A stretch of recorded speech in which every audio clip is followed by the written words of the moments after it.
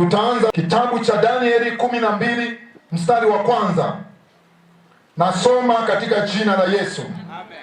Wakati huo Mikaeli atasimama, jemedari mkuu asimamaye upande wa watu wako, na kutakuwa na wakati wa taabu mfano wake haukuwapo tangu lilipoanza kuwepo taifa.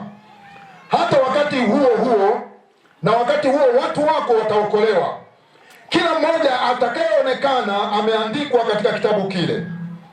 Tena wengi wa hao walalao katika mavumbi ya nchi wataamka, wengine wapate uzima wa milele, wengine aibu na kudharauliwa. Mstari wa 3, na walio na hekima watang'aa kama mwangaza wa anga, na hao waongozao wengi kutenda haki watang'aa kama nyota milele na milele. Lakini wewe Danieli, yafunge maneno haya, ukakitia muhuri kitabu, hata wakati wa mwisho wengi wataenda mbio huko na huko, na maarifa yataongezeka. Baba, katika jina la Yesu Kristo, ninaomba yabariki maneno haya, yapate kibali machoni pako. Baba, ninaomba usimame upande wa watu wako waliopo mahali hapa na waliopo mbali na mkutano huu, wanaosikia sauti hii Bwana. Ninaomba ukawabariki, ukawape roho ya ufahamu, ili wakaelewa hiki kitu ambacho kinasema mahali hapa. Katika uwezo wa jina lako Yesu Kristo, ninanyamazisha kila nguvu na kila silaha iwezayo kufanya upinzani juu ya mkutano huu na juu ya maneno haya, katika uwezo wa jina la Yesu Kristo Mwokozi. Wote tuseme amen. Bwana asifiwe. Leo nitatumia dakika chache sana kuzungumza baadhi ya mistari ambayo tumeisoma mahali hapa, lakini sana nitasimama kuanzia ule mstari wa 3. Bwana asifiwe. Mtumishi wa Mungu askofu aliposimama mahali hapa amegusia kwa sehemu umuhimu wa injili. Injili tunayohubiri miaka ya leo ni injili ya tofauti sana. Wazee wetu waliposimama kuhubiri miaka ile, walisimama kipindi ambacho hakikuwa na maasi mengi sana kama kipindi hiki. Bwana asifiwe. Tunaposimama miaka ya leo, tunasimama kuhubiri injili katika kipindi ambacho ni kibaya na kipindi ambacho ni kigumu mno, kipindi ambacho kuna changamoto nyingi na kuna matatizo mengi. Bwana asifiwe. Kwa hiyo injili ya siku za mwisho tunayohubiri sasa ni injili yenye kutoa mwongozo. Bwana asifiwe. Naomba unielewe vizuri. Tunahubiri kipindi ambacho dunia inajaribiwa. Tunahubiri kipindi ambacho kuna magonjwa mengi. Tunahubiri kipindi ambacho serikali za dunia hii zimekwama. Tunahubiri kipindi ambacho watu wana shida, wana matatizo mbalimbali. Na tunapohubiri kipindi hiki, ninatambua wazi ya kwamba injili ya kipindi hiki inaeleweka vizuri sana. Bwana asifiwe. Inaeleweka vizuri sana, kwa sababu miaka ile wazee wetu walipokuwa wanataja habari za anasa, hapakuwa na anasa kama hizi, hapakuwa na matatizo kama tunayoona sasa. Tunahubiri kipindi ambacho injili inaeleweka vizuri sana. Bwana asifiwe. Na wakati fulani viongozi wa serikali wametuomba sana tuhubiri, na mara nyingi nimekutana nao mimi, wanasema nyinyi watumishi wa Mungu tusaidieni. Ina maana kwamba kanisa ndio linalotakiwa litoe majibu sasa kwa hali tulio nayo. Bwana asifiwe. Unajua, nilikuwa natafakari juu ya mkutano huu siku ambayo nilipata taarifa kwa nitasimama. Nikawa na utazama mji wa Mbeya, nikawa nafikiria mengi sana. Jibu nililolipata ni kwamba huu mkutano itakuwa ni semina ya nje. Bwana asifiwe. Kwa sababu leo hii Mbeya hakuna mpagani. Mbeya sasa hivi karibu wote tunaowaona wanaofanya anasa, wanaofanya madhambi, majambazi, wachawi, wote wanadai wana dini. Sasa kwenye mkutano huu tutazungumza habari ya Ukristo wa kweli, wokovu wa kweli. Miaka ile, naomba nisikilize, miaka ile wazee wetu hawa walihubiri injili wakisema kwamba kuokoka ilikuwa na sura moja tu, lakini leo kumetokea wokovu wa bandia. Sasa mimi hapa leo kwenye mkutano huu nitazungumzia habari ya wokovu halisi, wokovu aliouleta Bwana Yesu. Unajua dada Neema, unakumbuka miaka hii tulihubiri injili, hatuna manabii wa uongo.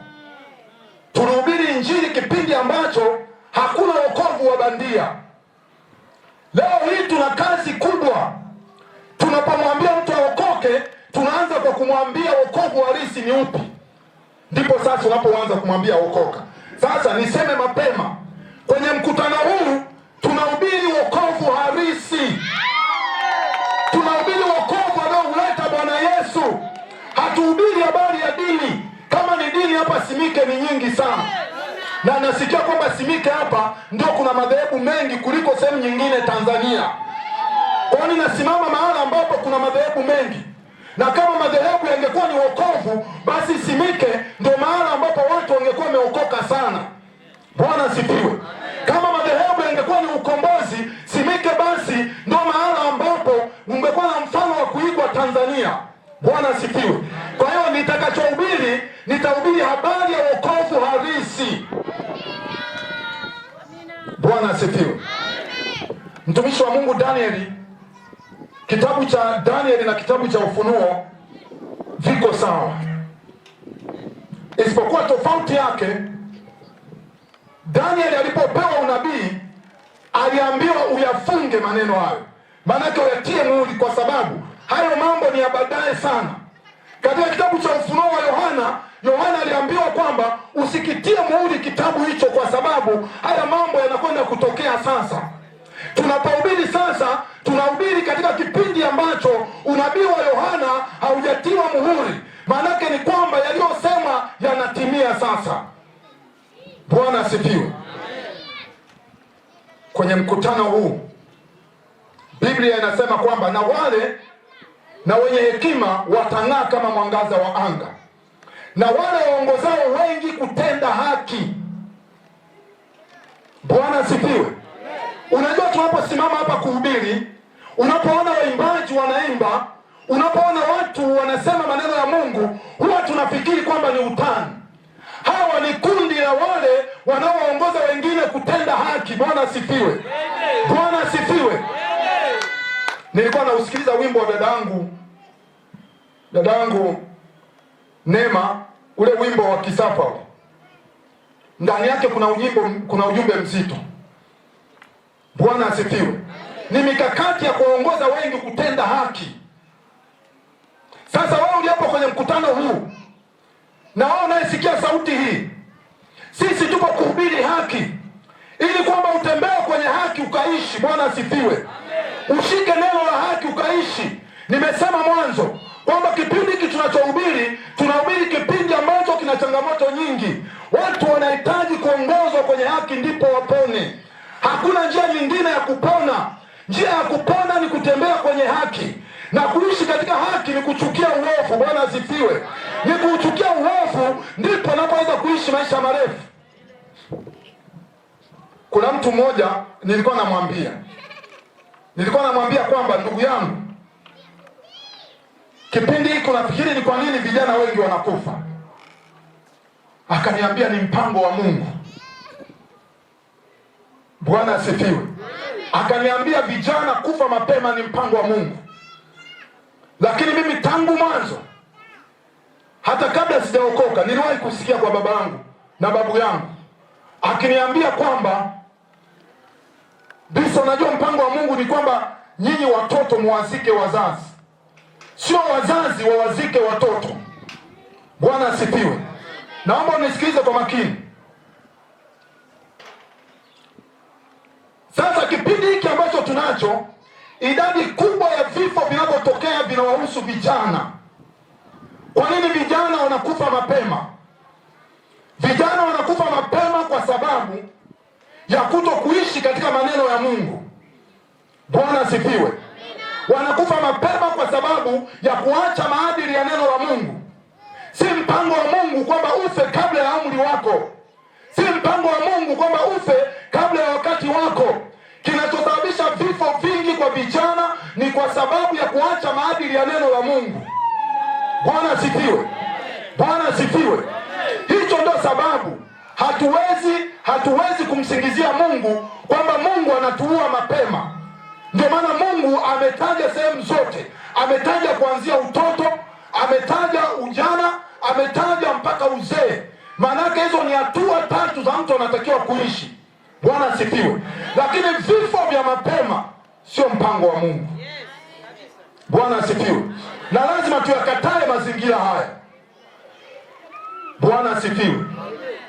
Unajua, nikwambie neno moja, kadri uovu unavyoongezeka ndivyo umri wa watu wa kuishi unapungua. Bwana asifiwe. Ndivyo unapungua kabisa. Na sasa hivi bahati mbaya sana, kipindi cha utandawazi kimefika wakati vijana wengi hawana akili. Bwana asifiwe. Nikisema hawana akili, naomba unisamehe kidogo, situkani. Ninamaanisha hivi, neno kutokuwa na akili, hata Biblia imesema katika kitabu cha Mithali, anasema nalichungulia katika dirisha yangu nikamwona kijana mmoja asiyekuwa na akili. Maana yake ni kwamba wapo vijana wasiokuwa na akili ambao wanaingia kwenye utandawazi bila kuchambua kipi cha kushika na bila kuchambua kipi cha kuacha. Na utandawazi ndio unaoangamiza bara la Afrika, utandawazi ndio unaoangamiza Nzofwe, utandawazi ndio unaoangamiza Tanzania. Kanisa, nisikilize, sisemi utandawazi ni mbaya. Utandawazi hauna matatizo, ila matatizo yapo kwenye kuchambua. Bwana asifiwe sana. Naomba unisikilize kwa makini. Leo hii shetani anautumia utandawazi kuharibu jamii. Bwana asifiwe. Leo hii unaweza kumkuta mtu muhuni fulani yuko Marekani pale, anajua kabisa kwamba vijana wanaingia kwenye YouTube, wanaingia kwenye Facebook, wanaingia kwenye mitandao ya kijamii. Anaamua kutengeneza kazi yake ambayo ameivuvia, alafu anaingiza kwenye YouTube. Vijana wanainasa ile habari, wanaanza kuifuatilia. Na nataka nikwambie, kila muziki wa dunia na kila kitu cha dunia ambacho mtu anakifanya, kile nyuma yake kina roho inayoingia ndani ya mtu. Bwana asifiwe. Bwana asifiwe. Sio kila kitu cha kuangalia. Na kwenye mkutano huu tutazungumza mengi ambayo yanafanana na mazingira yetu. Bwana asifiwe. Bwana asifiwe. Mtu anaingia kwenye mitandao hii, anaenda kutafuta mziki wa hip hop bila kujua na kufuatilia hicho kitu kina nini nyuma yake. Vile vile ukiingia kwenye hiyo mitandao ya kijamii ukasikiliza nyimbo za Injili, nyuma yake kuna roho pia. Bwana asifiwe. Kuna nyimbo nyingine unaweza ukasikiliza, kama ulikuwa unaumwa unashangaa umepona. Kuna nyimbo nyingine unaweza ukasikiliza, kama ulikuwa unajisikia moyo wako ni mzito unapona. Maanake nyuma yake kuna roho ya Mungu, roho inayoweza kuondoa matatizo ndani ya mtu. Vile vile kinyume chake, kuna wimbo mwingine unaweza ukasikiliza ukashangaa umekuwepo kwenye uwepo wa dhambi, kwa sababu hakuna wimbo usiokuwa na uwepo, hakuna wimbo usiokuwa na uvuvio. Bwana asifiwe. Kwa ndugu zangu, mimi siku ya kwanza leo sitaongea mengi, lakini nasimama kwenye neno hili, na wale waongozao wengi kutenda haki watang'aa kama nyota milele na milele. Unaona wazee wamekaa hapa, mzee wangu Jiroba yupo hapa, siku zote tumekaa naye ni kuhubiri haki, ni kutufundisha kusimama kwenye haki. Kwa hiyo tupo hapa kuisimamia haki. Hata tunapoweka mkutano huu, lengo letu kubwa sio kuimba tu wala sio kucheza tu.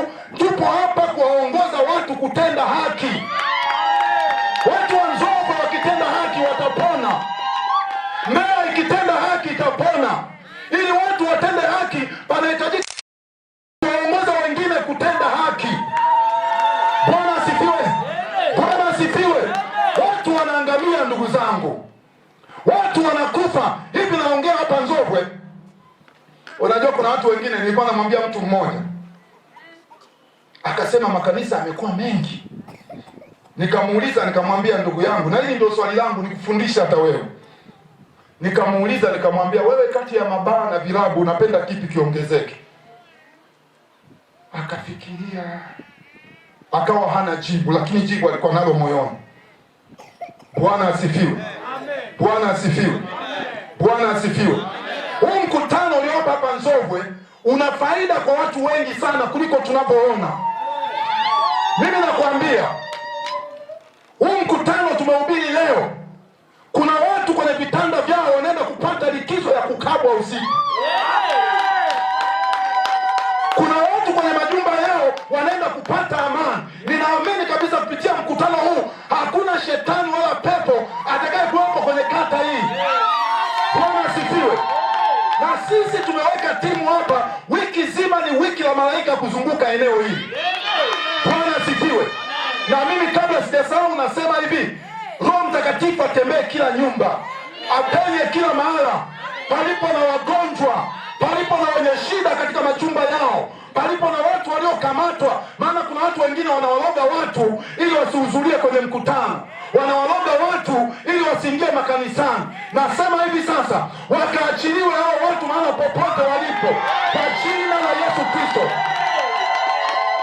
Bwana asifiwe. Bwana asifiwe. Ndugu zangu, niwaambie, injili hii ina faida kubwa. Niseme na wenyeji wa hapa, uwepo wa kanisa hili kuna faida kubwa sana. Nataka nikwambie, mahala popote palipo na kanisa la Mungu la kweli, wachawi wanahama, hawawezi kukaa. Unajua, nikwambie siri moja, mimi natoka kule Ilemi.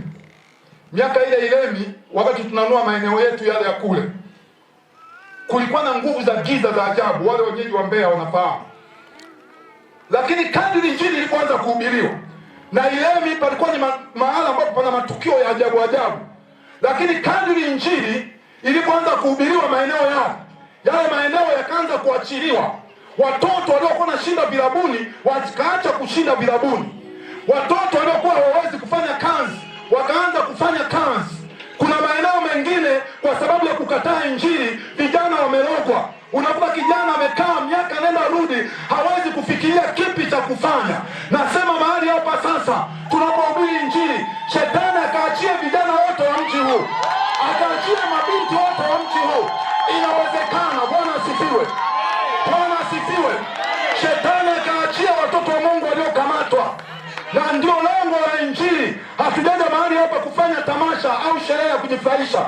Tumekuja mahali hapa tukiwa na injili yenye shabaha, yenye kutoa majibu. Ndio maana tupo mahali hapa.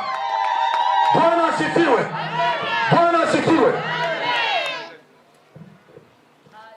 Unajua, na sita kusema jambo lingine, lakini mimi ni miongoni mwa vijana waliokulia Mbeya. Tunawaona vijana wakibadilika.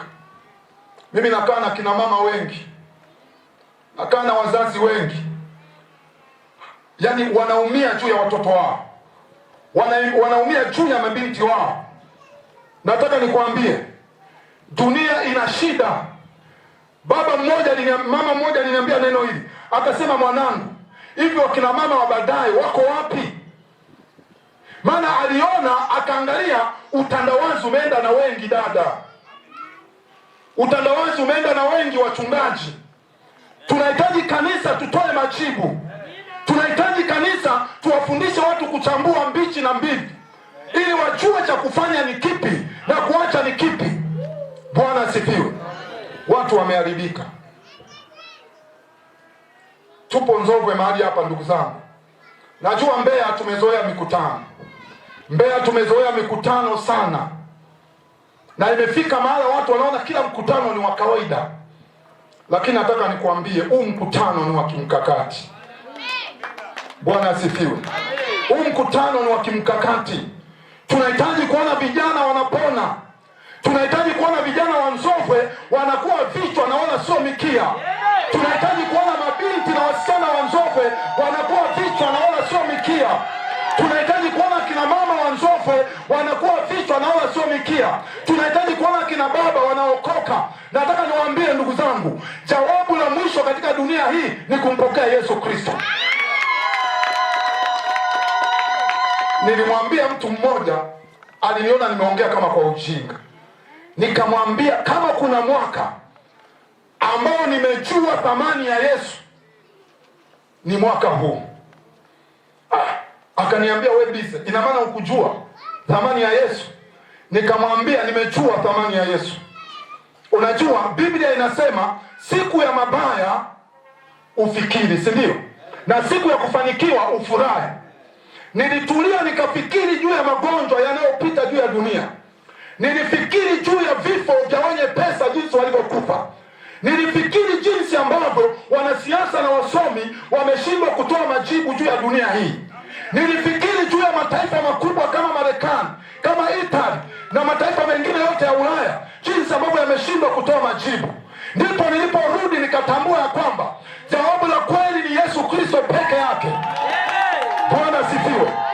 Nikatambua kwamba jawabu la kweli ni Yesu Kristo peke yake, kwa sababu Yesu peke yake ndiye aliye na majibu ya korona. Yesu peke yake ndiye aliye na majibu ya ukimwi. Yesu peke yake ndiye aliye na majibu ya magonjwa yote. Ngoja nikwambie ndugu yangu, kipindi hiki ni kipindi cha kugusana na Yesu kweli. Bwana asifiwe. Mwambie rafiki yako, kipindi hiki ni kipindi cha kumshika Yesu. Sijasikia. Mshike mkono. Mwambie kipindi hiki. Ndugu zangu niwaambie, unajua inawezekana wewe umekaa kanisani tu, lakini mimi ni miongoni mwa watu unaojichanganya sana na jamii. Huwa najichanganya na wavuta bangi na wafanya rafiki zangu. Huwa najichanganya na walevi. Wote wananiambia changamoto na ugumu wa maisha uliopo huko duniani. Nilimwambia mtu mmoja, nikamwambia huwezi kunidanganya. Najua kabisa kwamba kwa shetani hakuna furaha yoyote. Bwana asifiwe. Raha ya kweli iko kwa Yesu. Bwana asifiwe. Raha ya kweli iko kwa Yesu.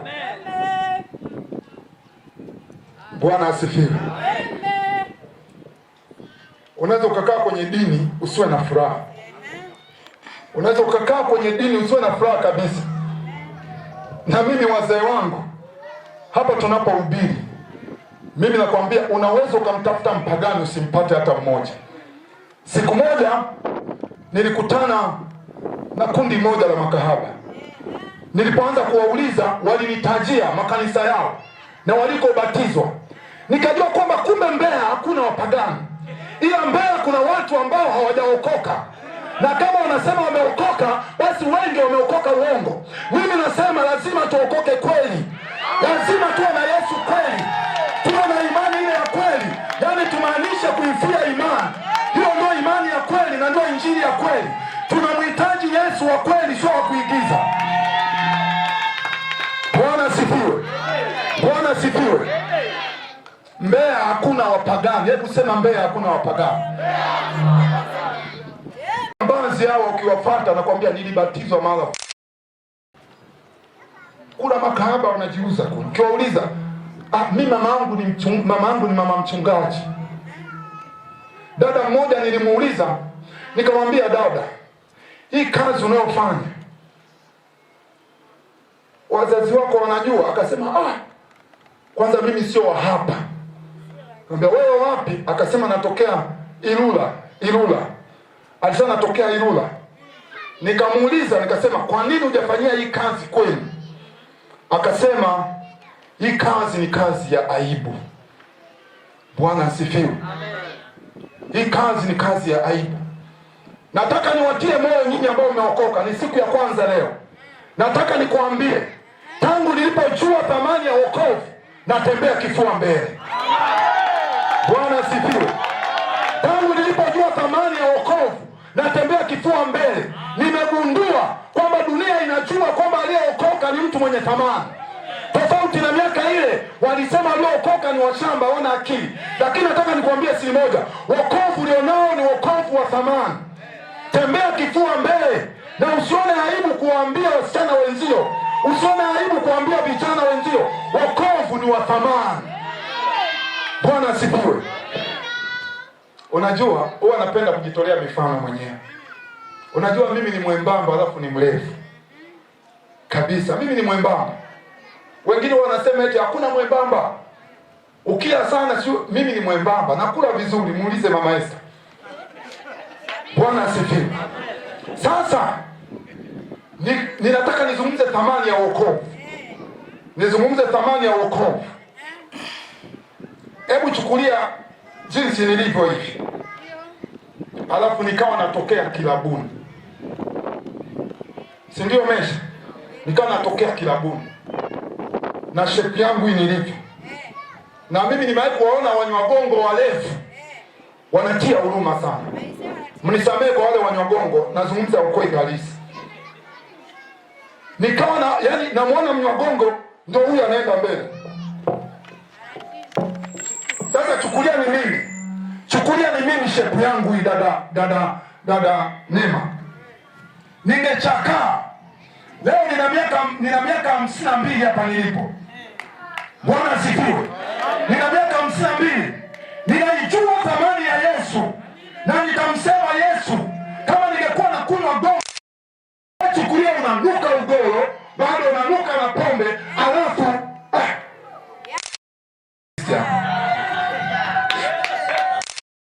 bado unakunywa pombe, kuoga hawezi kuoga, na bado unanuka ugoro na sigara, ingekuwa shida. Bwana asifiwe. Lakini Yesu ananifanya kuwa kijana. Unajua wapo wengine wanafikiri mimi na miaka labda michache, 52 sasa. Bwana asifiwe. Na bado sijaoga vizuri sana. Bwana asifiwe. Nataka nikwambie kwa Yesu kuna kumcha Mungu kuongeza siku za mtu za kuishi. Bwana asifiwe. Neno la Mungu limesema hautakufa bali utaishi. Ili uweze kuishi kuna kanuni. Leo nimesema mara ya kwanza, vijana wengi wanakufa sababu ya dhambi. Nisikilize. Asilimia kubwa ya vijana wanaokufa ni dhambi. Ni dhambi. Unajua dhambi ikiingia ndani ya mtu au mtu asipokuwa na ufahamu wa Mungu, inamfanya asiwe mtu wa kujali. Inaondoa kabisa ile akili ya kujali. Matokeo yake unafanya mambo ya hovyo bila kujua kwamba wewe ni hatari. Bwana asifiwe. Nataka niwaambie ndugu zangu wana Nzovwe, pamoja na watumishi wa Mungu mliopo hapa, nataka niseme kwamba Yesu ni wa thamani. Wiki hii tutazungumza thamani ya Yesu na tutazungumza ubaya wa dhambi. Niseme tu tutapeana mashauri. Uinjilisti dada Neema tumeshahubiri sana. Walihubiri wainjilisti wakachana na mashati. Walihubiri wakaruka mpaka juu wakapiga mpaka hizi meza. Mimi nafikiri itakuwa ni kipindi cha kuelimishana, kufahamishana. Bwana asifiwe. Kama niliposema hapa kuna dini nyingi na kuna watu wengi wameokoka. Lazima tuseme wokovu wa kweli ni upi. Bwana asifiwe. Siku hizi unaenda mpaka kilabuni wanasema Bwana asifiwe. Kwenye magari wanaimba. Siku moja nimehudhuria msiba mmoja. Wanaimba kwenye ule msiba, ulikuwa ni msiba wa mtu mmoja hajaokoka, ni mwanadini. Walipiga pambio wale watu pale. Nikasema hili kanisa limetokea wapi? Mbona wanaimba? Ni vijana wanapiga pambio, wanaruka na juu na wanasema Bwana asifiwe. Sasa nilitoka nizunguke kidogo kule walikokaa, nikakuta wako kunywa pombe na masigara wanavuta. Lazima tuhubiri wokovu wa kweli sasa hivi Mbeya. Lazima tuseme ukweli juu ya wakati tulionao. Tukijifanya wanafiki tutaangamia. Hali ni mbaya. Taifa linatutegemea, serikali inatutegemea. Na namshukuru Mungu, serikali inatambua injili ambayo inahubiriwa sasa. Na wamesema sana kwamba tuhubiri. Bwana asifiwe. Kwa sababu dunia inapitia wakati mgumu. Bila Yesu Tanzania haiwezi kupona. Lazima turejee kwa Yesu. Yesu ndiye aliye na thamani. Yesu ndiye mwokozi wa kweli. Kama kuna kipindi ambacho tunamhitaji Yesu, ni kipindi hiki sasa. Maana hata fedha zimekwama na kila kitu kimekwama. Kitakachotoa majibu ni kanisa la Mungu katikati ya jamii. Naomba tusimame watoto wa Mungu. Naomba tusimame ambao umehudhuria leo. Kuna baraka ambayo unaipata ambayo hataipata mtu mwingine. Vile vile siku zote za mkutano zina baraka yake. Ninaomba tukiwa tumesimama namna hii, ufunike macho yako pale ulipo, aweze kumshukuru Mungu kwa ajili ya maneno amenena nasi. Karibu Baba.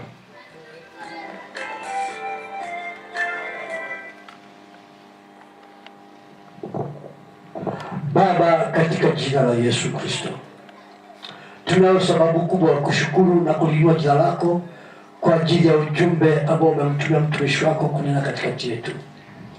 Na kama ulivyosema kwamba neno lako halitakurudia bure, bali litatimiza mapenzi yako sawa sawa na jinsi ulituma.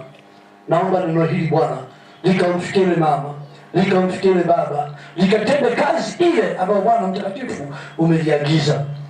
Wako wengine Mungu ni hai hawajaonekana kwa sura mahali hapa, lakini unasikia kupitia vipaza sauti hivi. Mungu Mtakatifu ukasikie, ukaangalie mioyo yao, ukaigeuze mioyo yao ikakuelekee wewe, katika jina la Yesu Kristo. Neno lako lililokusudiwa likafanya kazi katika maisha yao kwa jina la Yesu. Atukuzwe tangu sasa na hata milele. Amen. Bwana Mungu weza yote, wewe Mungu sina yote, ambaye tulikuita toka pale ambapo tulikuwa tukiandaa mkutano huu, na wewe ukasema ya kwamba utakuwa na sisi katika viwanja hivi. Wapo wengine ambao wametusikia katika vitanda vyao, wengine wanatusikia wakiwa ndani kwa huko Yesu Kristo. Nenda kakutana nao majira haya, nenda kaseme nao majira haya, hata wali hapa shuka za Roho Bwana, ukaseme nao, ukaseme nao.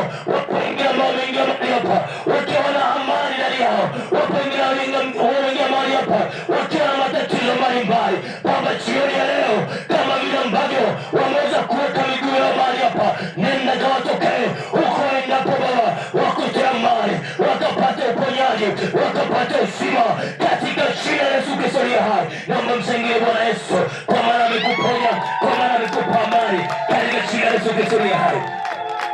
Bwana Yesu asifiwe. Bwana Yesu asifiwe.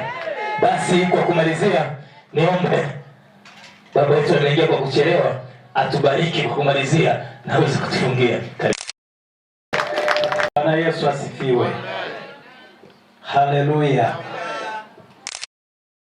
Aliyekuleta leo wewe, ujue ana kusudi na wewe, na hutatoka bure, lazima tatenda jambo kwako. Bwana Yesu asifiwe. Basi tuombe kwa kufunga. Baba, ninakushukuru kwa sababu wewe umekuwa mwema wakati wote. Asante kwa Bwana ulikusudia kukutana nao leo. Baba, kusudi lao limekutana na kusudi lako. Hivyo Baba, ninakusihi katika jina la Yesu ukatende mambo yaliyo ndani yao, shida zao, kutana nao. Baba, ninakushukuru, wagange wanapoumwa, waponye katika uchumi wao na katika afya zao na katika magonjwa zao. Baba, ukafanyike ulinzi katika maisha yao. Baba, ninakushukuru kwa ajili ya mtumishi wako uliyemtumia. Baba, unakusudi na kanisa lako, unakusudi na watu wako, unakusudi na kundi lako. Baba, ninalikabidhi kundi hili mikononi mwako. Tunapokwenda kutawanyika, neema yako isituache. Katika jina la Yesu naomba nikikushukuru. Amina.